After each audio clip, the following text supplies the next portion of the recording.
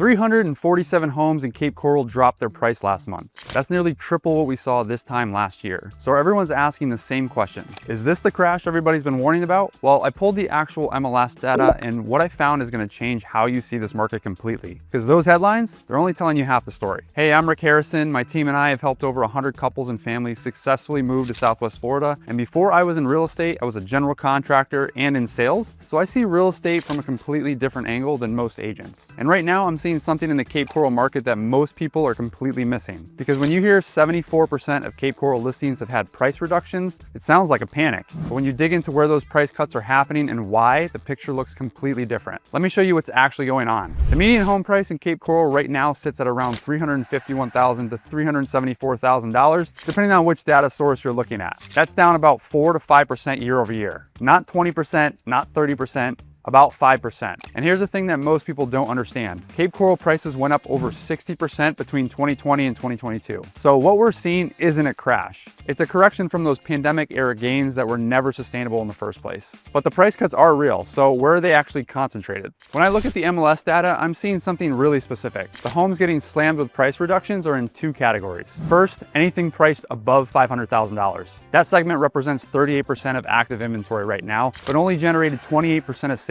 in 2025. There's a mismatch between what sellers think their homes are actually worth and what buyers are willing to pay for them and that price point. Second, condos. Condo prices are getting hammered right now because of the rising HOA fees, special assessments for older buildings, and stricter reserve requirements. Buyers are looking hard at the financial health of condo associations before they'll even make an offer. But here's what nobody's talking about. While inventory jumped over 20% compared to last year, it's starting to tighten again. In early 2026, Cape Coral's inventory fell 26.4% year over year. Showings per listing are up nearly 23%. Pending contracts are rising and buyers are responding. Homes that are priced correctly are going under contract in a median of about 53 days, which is actually faster than a year ago. And this is where it gets interesting, because competitive segment of the Cape Coral market, the homes that are actually priced to sell based on recent comps, is operating at 3.8 months of supply. That's not a buyer's market anymore. That's approaching balanced. The 7 to 8 month supply number that you keep hearing about, that includes all the overpriced inventory that's been sitting for 90 days or more. A huge chunk of active listings right now have been on the market for over 90 days, and those aren't competing with anything. They're just noise. Unfortunately, a lot of those sellers are just people who bought during the peak and are trying to get back to break even, but the market's not there anymore. So here's the real question.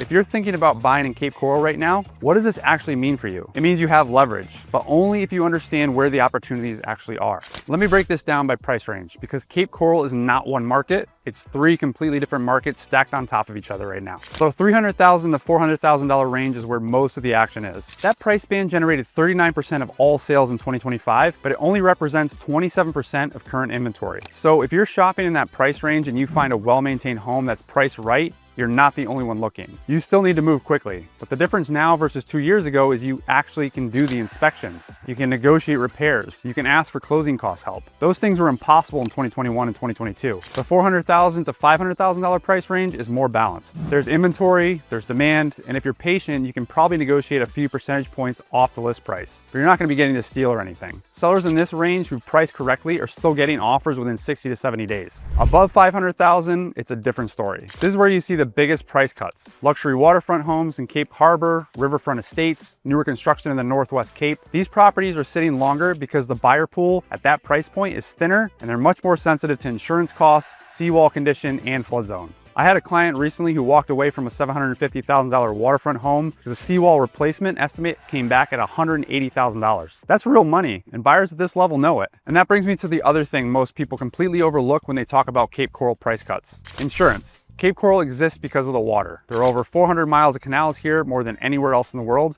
and that means flood insurance is mandatory for a lot of properties. The good news is that 2025 was a quiet hurricane season, and we're seeing some stabilization in the insurance market. Citizens Property Insurance is rolling out the rate relief in 2026, with a statewide average coming down about 2.6%, and roughly 3 out of 5 policyholders seeing their premium reductions of around 11.5%. More than a dozen new insurers have entered the Florida market in recent years, which is creating competition we haven't had in a long time. But here's the catch: stabilization doesn't mean cheap, and not every county is seeing these rate cuts. Most of the biggest reductions are landing in South Florida, while parts of Central Florida are actually seeing increases. Southwest Florida is somewhere in the middle. If you're buying a home home in AE flood zone, which is most of Cape Coral, you need to budget separately for flood insurance. A newer home built to current elevation codes might run you $1,500 to $2,500 a year. An older home in a high-risk zone, you could be looking at $5,000 to $8,000 or more, and that's on top of your homeowner's insurance. So when you see a price cut, you need to ask yourself, is this seller motivated, or is this property expensive to insure and they just can't find a buyer willing to carry that kind of cost? So if you're already working with someone, fantastic. If you're not, the link in the description is the easiest way to get a hold of me directly.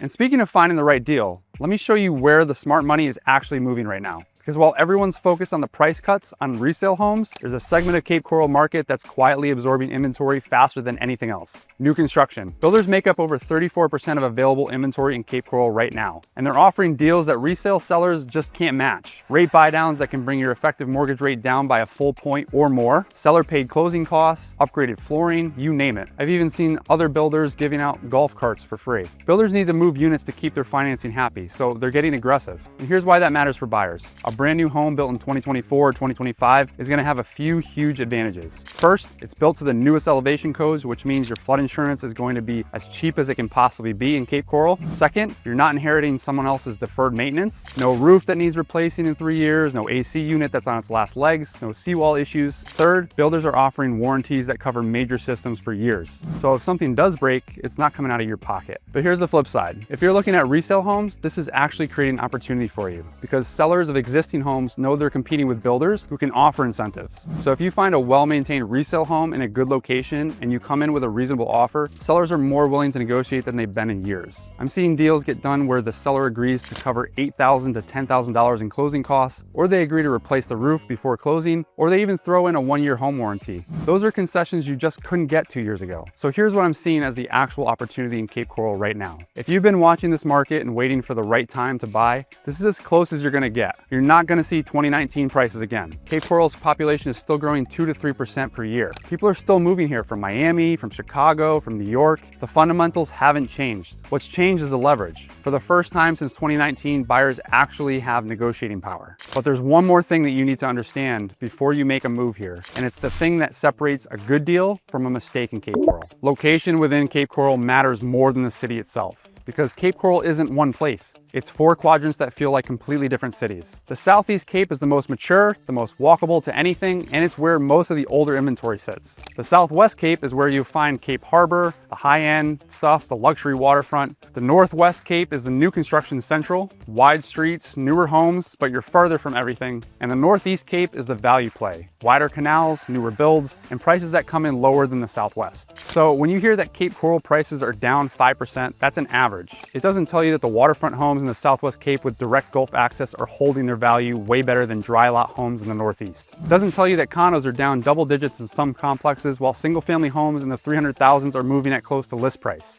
And this is where working with someone who actually knows this market makes a difference, because I can pull comps from the last 90 days in the specific neighborhood that you're looking at and show you whether a listing is priced right or whether it's been sitting because the seller's living in 2022. I can tell you which flood zones are going to cost you an extra $3,000 a year in insurance and which ones won't. I can tell you which builders are offering the best incentives this month and which resale sellers are motivated enough to negotiate. Here's the bottom line. Yes, Cape Coral has price cuts, lots of them. 74% of listings have had their price reduced at some point, but that doesn't mean the market's crashing. It means the market is correcting from those unsustainable pandemic era gains and it's sorting itself out into segments. Overpriced homes are getting crushed. Correctly priced homes are still moving. Buyers have leverage for the first time in 5 years, but only if they understand what they're actually looking at. If you're waiting for a full-blown crash where you can buy waterfront homes for $200,000, I don't think it's coming. Cape Coral's fundamentals are too strong right now. The population is growing, the location is desirable, and there's a floor under prices because of the cost to build new. But if you're looking for a window where you can negotiate, where you can actually take your time, where you can actually do your due diligence without getting into a bidding war, that window is open right now. And based on what I'm seeing with the inventory tightening and pending contracts rising, I don't know how much longer it's going to stay open. So if you're thinking about making a move to Cape Coral, if you've been watching from the sidelines, I think this is your moment. Not because prices are going to zero, but because you finally have the power to negotiate a deal that makes sense for you. If you're ready to have a real conversation about what that looks like, reach out to me directly. Call, text, or email. All my contact information is in the description below. I'd love to help you find the right property in the right neighborhood for the right price. And if you're not quite ready to talk yet, that's okay too. I'd recommend grabbing my Southwest Florida Relocation Kit. It's the guide I wish every buyer had before they moved down here, and it walks you through insurance, taxes, flood zones, the top neighborhoods, and a whole lot more than most people only figure figure out after they've already closed. Links in the description, or you can scan the QR code on the screen. Thanks for watching, and I'll see you in the next one.